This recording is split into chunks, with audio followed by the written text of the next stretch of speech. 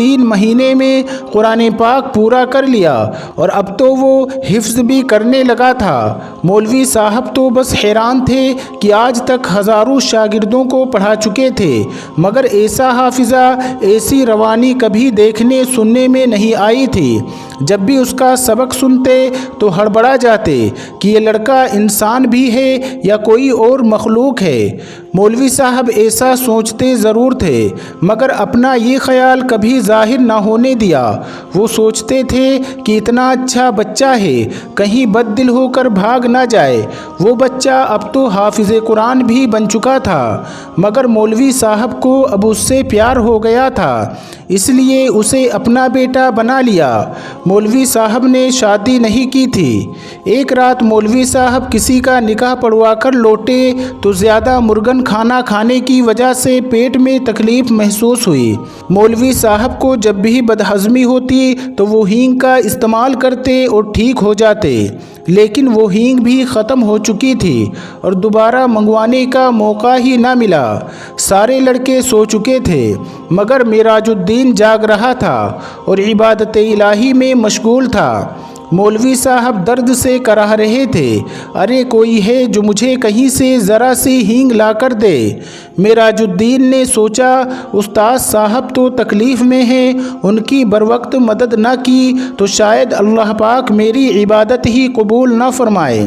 سارے شاگرد سو رہے تھے، اتنی رات میں کون اپنی نیند خراب کرے، مگر معراج الدین ہمیشہ کی طرح خدمت کے لیے تیار تھا۔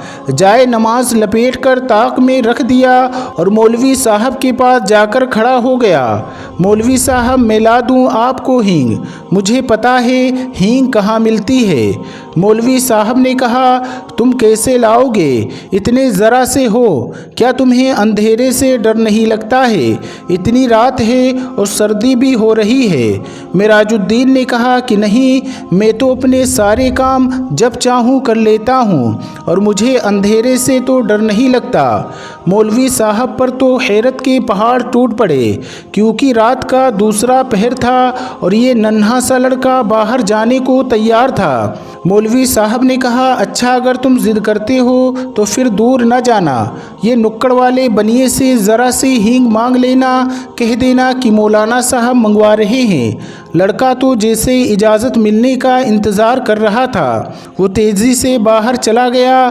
اس کے بعد اس کے باہر نکلتے ہی ایسا لگنے لگا جیسے اچانک تیز ہوائیں چلنا شروع ہو گئی ہوں اور بارش ہو رہی ہو۔ مولوی صاحب کا تو دل دہل گیا، کیونکہ کمرے میں روشن مٹی کا دیا بھی ہوا کے جھونکے سے ٹمٹما کر بجھ گیا تھا۔ مولوی صاحب دل ہی دل میں پشیمان ہوئے کہ بنا ماں باپ کے بچے کو رات کے وقت باہر کیوں بھیج دیا، اگر اسے کچھ ہو گیا تو۔ مولانا صاحب اس سے آگے سوچتے ہیں، اتنے میں اچانک سے دروازہ کھلا اور معراج الدین واپس آ گیا، اور حیرت کی بات یہ تھی کہ باہر کوئی تیز ہوا کا نام و نشان تک نہیں تھا، ہر چیز اپنی جگہ پر تھی۔ مولوی صاحب کو تو درد اسی وقت ختم ہو گیا جب انہوں نے دیکھا کہ معراج الدین کے کپڑے تو بالکل سوکھے ہوئے ہیں، حالانکہ وہ کوئی چھاتا یا برساتی بھی اوڑھ کر نہیں گیا تھا اور واپس بھی چند منٹوں میں آ گیا، اور سب سے بڑھ کر یہ کہ اس کے ہاتھ میں ہینگ تک نہیں تھی۔ مولوی صاحب نے اپنے حیرت کو چھپاتے ہوئے پوچھا کیوں بیٹا لے آئے ہینگ؟ اس نے کہا جی میاں جی لے آیا ہوں۔ مولوی صاحب نے کہا کہاں ہے؟ تو پھر مجھے دیتے کیوں نہیں ہو؟ لاؤ مجھے دے دو۔ معراج الدین نے کہا وہ میں نے باہر صحن میں لا کر رکھ دیا ہے، آپ میرے ساتھ چل کر دیکھ لو اور جتنی چاہیے لے لو۔ مولوی صاحب کو تو غصہ آ گیا کہ اب میں باہر جا کر خود اٹھا کر لاؤں، جب اس دکاندار سے لے آئے ہو تو میرے ہاتھ میں پکڑانے میں تمہیں پریشانی کیا ہے؟ بچے نے کہا ارے آپ آئیے تو صحیح مولوی صاحب۔ وہ انہیں بازو سے پکڑ کر صحن میں لے گیا۔ مولانا صاحب کی آنکھیں پھٹی کی پھٹی رہ گئیں۔ صحن ہینگ کی بوریوں سے بھرا ہوا تھا، یعنی صحن میں ہینگ کی بوریاں ہی بوریاں تھیں۔ شاید منوں کے حساب سے ہینگ لا کر استاد کی خدمت میں حاضر کر دی تھی۔ انہوں نے ایک نظر ہینگ کے انبار کو دیکھا اور پھر معراج الدین کے چہرے کی طرف دیکھا۔ اس کا سر حسب معمول استاذ کے سامنے جھکا ہوا تھا۔ مولوی صاحب نے کہا، ادھر آؤ، ذرا میری طرف آنکھ اٹھا کر دیکھو۔ انہیں پہلی بار اس پر غصہ آ رہا تھا۔ ان کے پیٹ کا درد رفو چکر ہو چکا تھا۔ انہوں نے اسے کندھوں سے پکڑ کر جھنجھوڑ ڈالا اور اس کی آنکھوں میں آنکھیں ڈالتے ہوئے بولے، سچ سچ بتا دو تم کون ہو؟ کیا تمہارا تعلق جنات سے ہے؟ بچے نے کہا، جی میاں جی، آپ کا خیال درست ہے، میں واقعی ایک جن زادہ ہوں۔ اس کا سر استاد کے قدموں پر تھا اور وہ زار و قطار رو رہا تھا اور برابر معافی کی درخواست کر رہا تھا۔ مولوی صاحب نے پیار سے اس کا سر اپنے قدموں سے ہٹایا اور اسے گلے لگا لیا۔ اس نے بتایا کہ اسی نیم کے پیڑ پر جس کے نیچے سارے بچے بیٹھ کر قرآن پاک پڑھتے ہیں، یہاں پر میرا بسیرا ہے۔ میں روزانہ قرآن پاک کی تلاوت سنا کرتا تھا۔ تب میرا بھی دل چاہا کہ آپ کی شاگردی میں آؤں۔ مولانا صاحب جو باغور اس کی بات سن رہے تھے، اچانک جیسے ہوش میں آ گئے اور کہا، اچھا تو اب تو تمہارا مقصد پورا ہو چکا ہے، تم قرآن پاک کے حافظ بھی بن چکے ہو۔ بے شک تم نے آج تک مجھے شکایت کا موقع نہیں دیا، لیکن مجھے خدشہ ہے کہ اگر کسی دن تمہیں کسی بات پر غصہ آ جائے اور انجانے میں تم نے اپنی طاقت کا مظاہرہ کر دیا تو تب کیا ہوگا؟ بہتر ہے کہ اب تم چھٹی کرو اور اپنی دنیا میں لوٹ جاؤ، اور اگر تم نے میری بات نہ مانی تو میں تمہیں بوتل میں بند کر کے زمین میں دبا دوں گا۔ مولوی صاحب کی ڈانٹ سن کر وہ باقاعدہ ہچکیاں لے کر رونے لگا اور بولا، جن استاد صاحب نے اسے علم سکھایا وہ ان کی جی بھر کر خدمت نہیں کر سکے گا، اس بات کے لیے وہ زندگی بھر شرمسار رہے گا۔ مولوی صاحب نے اسے تسلی دی اور کہا کہ انہوں نے اپنا حق اس پر معاف کیا، اس لیے اب وہ سیدھا اپنی دنیا میں لوٹ جائے، یعنی جناتوں کے پاس لوٹ جائے۔ معراج الدین مولوی صاحب کو اللہ حافظ کہہ کر کسی ننھے سے بچے کی طرح دروازہ کھول کر کوٹھری سے باہر چلا گیا۔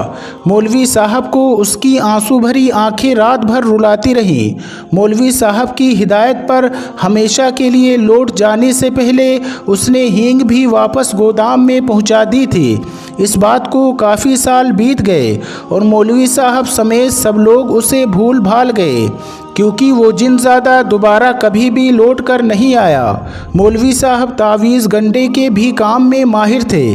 اکثر گاؤں کی نوجوان لڑکیوں پر جب کبھی آسیب کا دورہ وغیرہ پڑتا اور ماں باپ اسے بھوت وغیرہ کی کارسانی سمجھتے تو وہ مولانا صاحب کے پاس آتے اور وہ لڑکی پھر سے ٹھیک ہو جایا کرتی تھی۔ ایک مرتبہ ایک لڑکی کو مولانا صاحب کے پاس لایا گیا۔ وہ لڑکی بنا پانی کے مچھلی کی طرح تڑپ رہی تھی اور بار بار سر پٹک رہی تھی۔ اس کی آنکھیں انگاروں کی طرح لال ہو رہی تھی، بال بکھر گئے تھے۔ مولوی صاحب کو وہ لڑکی باقی لڑکیوں سے الگ نظر آئی۔ انہوں نے اس لڑکی پر کچھ پڑھ کر پھونکا اور اپنا عمل جاری رکھا۔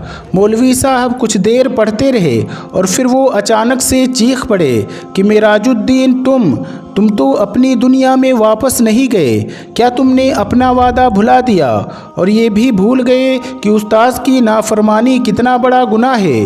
تم مسلمان جن ہو، پھر تم اس لڑکی کو کیوں پریشان کر رہے ہو؟ اب تو میں یقیناً تمہیں اس کی سخت سزا دوں گا۔ تم اس لڑکی کو فوراً چھوڑ دو اور ابھی میں تمہارا علاج کرتا ہوں۔ میرا خیال ہے کہ مجھے تمہیں بوتل میں بند کرنا پڑے گا۔ معراج الدین جو کہ ایک جن تھا، اس نے کہا، نہیں میاں جی، ایسا نہ کرنا، آپ کو اللہ کا واسطہ ہے، میں وعدہ کرتا ہوں کہ اب آپ کی طرف کبھی لوٹ کر نہیں آؤں گا، مگر صرف ایک بار، آخری بار مجھے اپنی دنیا میں لوٹ جانے سے پہلے آپ کی قدم بوسی کرنا ہے۔ آپ کا آخری دیدار کرنا چاہتا تھا۔ میں ہرگز ایسی حرکت نہ کرتا اگر میں اپنی اس سے پہلے والی کوششوں میں کامیاب ہو جاتا۔ شاید آپ کو معلوم ہوگا کہ گاؤں کے زمیندار کی ٹھیک اسی رات کسی نے چارپائی الٹ دی تھی جب میں نے آپ کو اللہ حافظ کہا تھا۔ میرا پروگرام یہ تھا کہ یوں اس بندے کے علاج کے لیے آپ کو بلایا جائے گا اور میں اپنے محترم استاد کا دیدار ایک بار پھر سے کر سکوں گا، مگر مجھے ناکامی کا منہ دیکھنا پڑا کیونکہ مجھے بھگانے کے لیے انہوں نے کسی اور کو بلا لیا تھا۔ اس نے مجھے سخت تکلیف اور اذیت پہنچائی کیونکہ اس نے مجھے واقعی ایک بوتل کے اندر بند کر کے کھیت کے اندر دبا دیا تھا۔ وہ تو میری لگن سچی تھی کہ زمین پر ٹریکٹر چلا اور آج پورے 10 سال بعد مجھے رہائی ملی تو میں نے سوچا کہ استاد کے لیے دیدار کے شوق میں نے بڑی سزا پائی ہے۔ اب تو میں ضرور آپ کی زیارت کروں گا، چاہے مجھے ایک بار پھر سے اس کے بدلے میں بوتل کے اندر جانا پڑے۔ مجھے بے حد افسوس ہے کہ مجھے یہ طریقہ اختیار کرنا پڑا، مگر میری آج خواہش تو پوری ہو گئی۔